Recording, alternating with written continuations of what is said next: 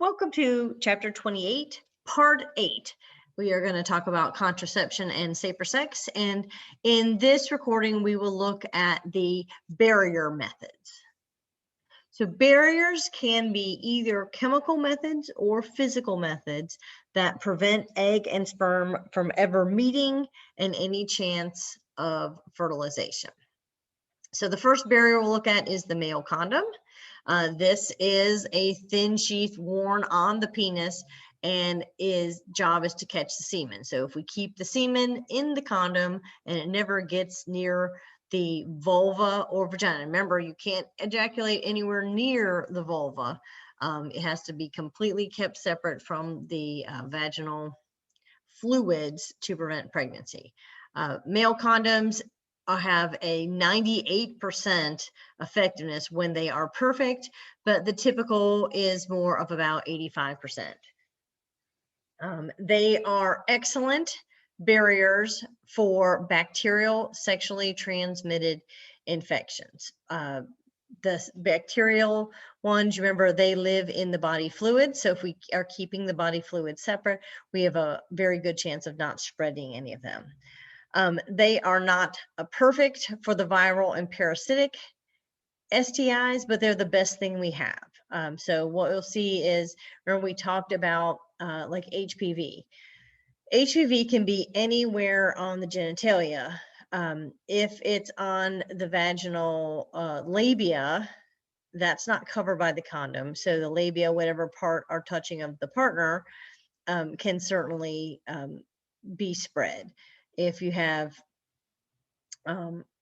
HPV lesions, sometimes they're inside the penis, inside the urethra, then the condom does work good for that. But you have to remember that they're not always under the part over the condom. But I'm not telling you not to wear condoms, because they're the best thing that we've got. And remember, some of those STIs are spread just the skin-to-skin contact. They are easy to purchase. You can buy them over the counter. They do come in latex, polyurethane, or lambskin. The latex are the most effective, then the polyurethane. The lambskin is not very effective. I don't recommend those. All right, so here's advantages. They're cheap. You don't need a prescription. You don't need to see a doctor. Unless you're allergic to latex, there's not a negative side health effect. If you're allergic to latex, then go with the polyurethane. They are also the best thing we have that covers pregnancy and sexually transmitted infections. Disadvantages is that you have to get a new one. Well, first you have to go buy them, because some people don't like to go to the store and buy them. And then you have to use them for every act of vaginal, oral, anal sex. You cannot use an oil-based product, so don't use the lotion on the side of the bed or the Vaseline or anything like that around them. Oil eats through a condom. There is a high user error. You have to know how to put them on correctly, and they don't protect you from all herpes or genital warts and HPV. This is how to use them. If you have never used one, you want to practice to make sure you've got it right. The main thing is you want to leave a little space at the tip, so you pinch it and then you roll it down, and then you have this little extra space. You don't want an air bubble there. You just want just a little space so that there's some place for the ejaculate to go, and you don't shoot the condom off. You want to make sure that you buy the right size. Don't buy it too small. And don't buy the big magnums if you're not a big magnum, because then they'll be too loose and then you could lose it somewhere. All right, the female condom is by far one of the sillier looking ones that we have, but they are the best thing we have for safer sex, because this is inserted in the female, so you can, or sometimes in the rectum, of male or female. What you do is you squeeze this little ring here and insert it. If you're going in a vagina, you would push it as far in as you can and then let it open up and kind of anchor itself at the cervix. If you're putting in the rectum, you just put it in as far as you can. And this wide lip right here is going to stay on the outside. That is going to cover your labia and a good amount of the skin around your anus. So this is going to protect for a lot more skin to skin contact than a male condom. They are slightly less effective. Now, again, with perfect use, they're at 95%, but at typical use, they're 79% effective. Male condoms are 85%. They look a little bit funny. They make a little bit of squeaky sounds when you use them. So they have not been super well received, but they are, like I said, the best thing for safer sex options. You can buy them over the counter, although some places I've learned keep the female condoms behind the counter where you actually have to ask for them, but they keep the male ones on the shelf, which doesn't make sense. You must also use them for every act of vaginal, oral, or anal intercourse. We forget sometimes that oral sex, even though you might not be getting pregnant, we still want to separate body fluids. And so you want to use some kind of barrier. Female condoms are also easy to buy. You don't need a prescription. They are polyurethane, so you don't have to worry about it if you have a latex allergy. They are loose fitting, so you don't have to worry about if you have a male partner, how big or small he is. The polyurethane does transfer heat and give you a little more sensation than latex condoms. Like I said, they're very effective against STIs. And if you are a spontaneous kind of person, you can put them in place before you go out and not have to stop and break the spontaneity of the moment and stop to put your contraceptive in. They are high potential, so you have to make sure you know how to use them correctly. They are a little bit weird and noisy, but remember, that's what you trade off for the effectiveness, especially for STIs. All right, the diaphragm and the cervical cap are kind of cousins. They're both latex or silicone cups that fit over the cervix. So the diaphragm is a little bit more old school.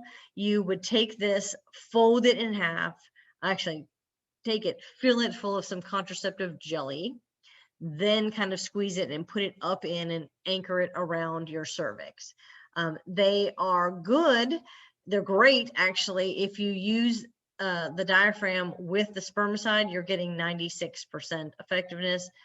Perfect use, 88% with spermicide, which is pretty good. So you want to definitely use the spermicide, a jelly or cream or foam or something with it.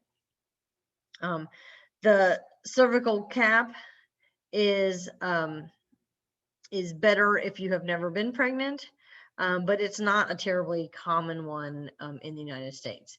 Neither the diaphragm or the cervical cap are good options for safer sex, and you have to get it from the doctor's office for sizing. So advantages that it's good for some STIs, some of the bacterial ones, but not HPV on the outside. You can leave it in for multiple acts. You can insert it 6 hours prior, and you do have to let it sit there for at least 6 hours after you have sex. The disadvantages that you got to go to the doctor, fit by a practitioner. They are a little bit messy. You can use them when you have a period, but you can't leave them in for more than 24 hours, and you have to be careful. And just good hygiene, so that TSS is toxic shock syndrome, which is something that is associated with anaerobic bacteria being trapped in your vagina. All right, the contraceptive sponge is a little polyurethane foam that has soaked in spermicide, and you pop it in, put it again up next to your cervix, so it's kind of a physical barrier as well as a chemical barrier here. About 91% effective in perfect, 84% in typical. It is not recommended for safer sex. So if you do not know the disease status of your partner, then you do not want to use this option. You can buy this one over the counter. It's convenient, no prescription, no fitting like a diaphragm. It gives you immediate protection and effectiveness, and it lasts for 24 hours. So you just pop it in, you can leave it there for 24 hours. It has limited protection against some STIs, but remember, if it's protecting, then on the inside, it's not on the outside. It's less effective for women who have been pregnant. It is messy. You also have a risk of toxic shock syndrome. The dental dam is an amazing little thing. It is just, think about like a condom, and it's cut into a rectangle. All right, so you just use this between yourself and any part that you are going to lick or someone is going to lick. So this is for oral sex as a physical barrier. It's pretty good for some of the bacterial STIs and hepatitis. They do not protect well against HPV because there's still a lot of skin-to-skin contact. It does not protect against herpes lesions that are not covered by the dental dam, and they do not protect against pubic lice that can kind of jump from body hair to body hair. Spermicides are the chemical barriers. They come in jellies and creams and foams, and I've even seen like one that's like a little piece of paper that you put in, and once the vaginal secretions will kind of soften it. You do need to insert these beforehand so that they kind of have time to activate so they can kill sperm. Alone, they're about 71% effective, but if you use them in conjunction with another barrier, physical barrier like a condom or a diaphragm, they really up the protectiveness.